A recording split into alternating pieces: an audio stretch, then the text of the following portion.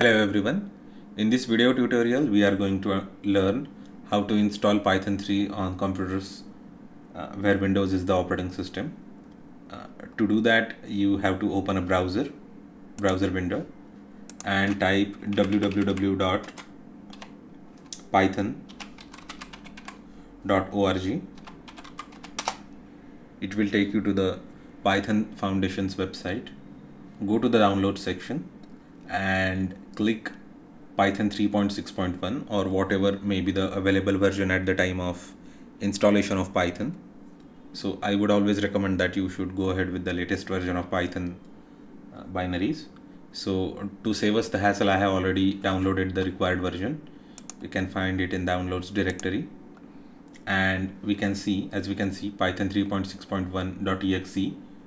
It is a Windows installation. It is a Windows executable file. Basically, it will when you open it, it will ask you for administrator's password if your system has got administrator's password enabled. Otherwise, it will just ask you for to let it run in the with the administrator privilege. So I'm going to click this now. Okay, so as you can see on the screen, there are like couple of it has opened an installation wizard. That's what they call it, I guess. And you can see a couple of options here. The first option is install now. It will install with all the default settings. We will go ahead with the customized installation.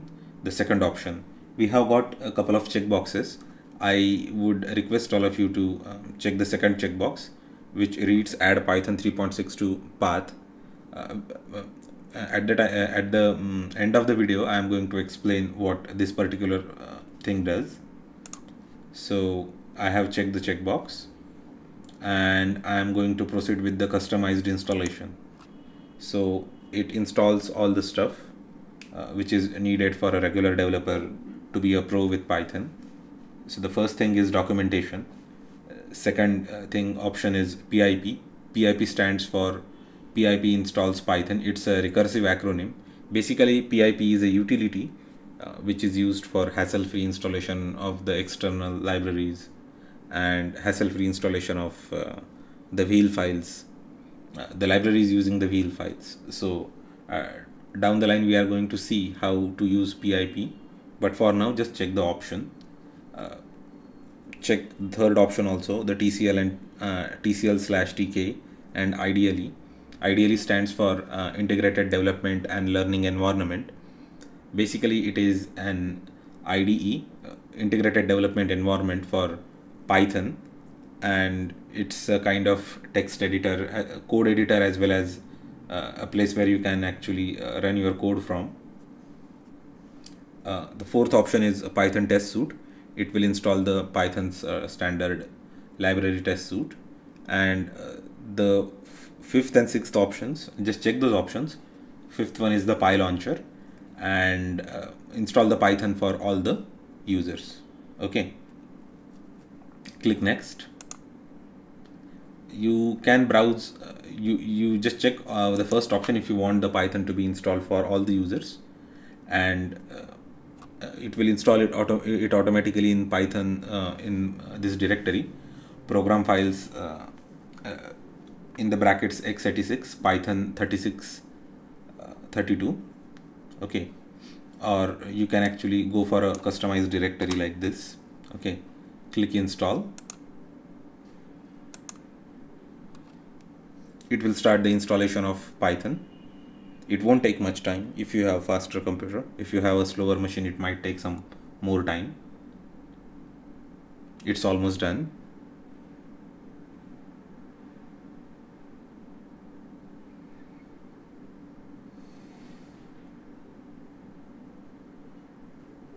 Okay, the setup seems to be successful. Let's close the setup wizard and verify whether the Python has been installed on your system. So just type cmd in the search box and you will be able to see the command prompt. Okay, I have already customized the font for all of us to be comfortable with the commands I'm typing on the screen. Please mention it in comments if you are not able to see the commands clearly. Now we are going to see if the Python has been correctly installed on our system. For that we can use where command, where Python. So it will show me the path of Python's binary executable. Okay, so here we go. We have actually got it installed in the path whatever we had actually mentioned in the installation wizard. We have got the python.exe installed in Python 3 directory. That directory itself lies in C program files x86. In case you want to check the version of Python, you can use the command python hyphen uppercase V. It will display the version of the Python binary that you have installed. There is another command, python hyphen version. So here the version is lowercase. All the characters in this command are lowercase. Just press enter. It will show you the same output. If you remember, at the start of installation, we had selected add Python 3.6 to path directory.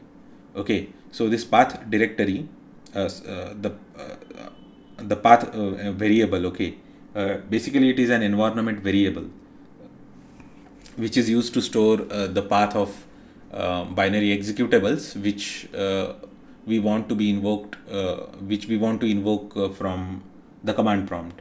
So suppose if I have installed a program, I can only invoke it by double clicking it from the by traversing that directory location, or like by creating a shortcut on desktop and double clicking it on the shortcut or the binary executable file. Or if I want to invoke that program from the command prompt, I will have to open that particular directory in the command prompt, and then I have to type that particular command or the name of that program. Then only the program will be executed. But if I want to execute that program or open that particular utility or program from anywhere in the command prompt, then I have to get it added in the path of that particular program added into the path directory.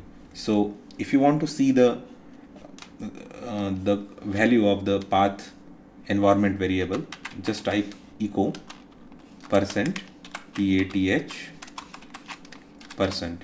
So now if you hit enter, we'll be able to see Python 3 as well as a subdirectory in Python 3 directory has been added to the path environment variable. So that's why we are able to directly execute Python, the command Python or the executable Python from anywhere in the command prompt. So in order to start the Python, just type Python, press enter, and it will show you it will open the Python in interactive mode. We are going to see the modes of Python in another video tutorial. Here you can see the version of Python which has been installed on your system. To exit, just type exit and parenthesis, and it will exit. So this is how we install Python on a computer where Windows is the operating system. The process is more or less same for all the versions of Windows. The installation wizard and all the options are usually going to be the same. I have chosen Windows 10 because I use Windows 10 as the desktop operating system for my computer. The process should be pretty much same on Windows 8, 8.1 or 7 or any other version of Windows. Thanks a lot for watching this tutorial.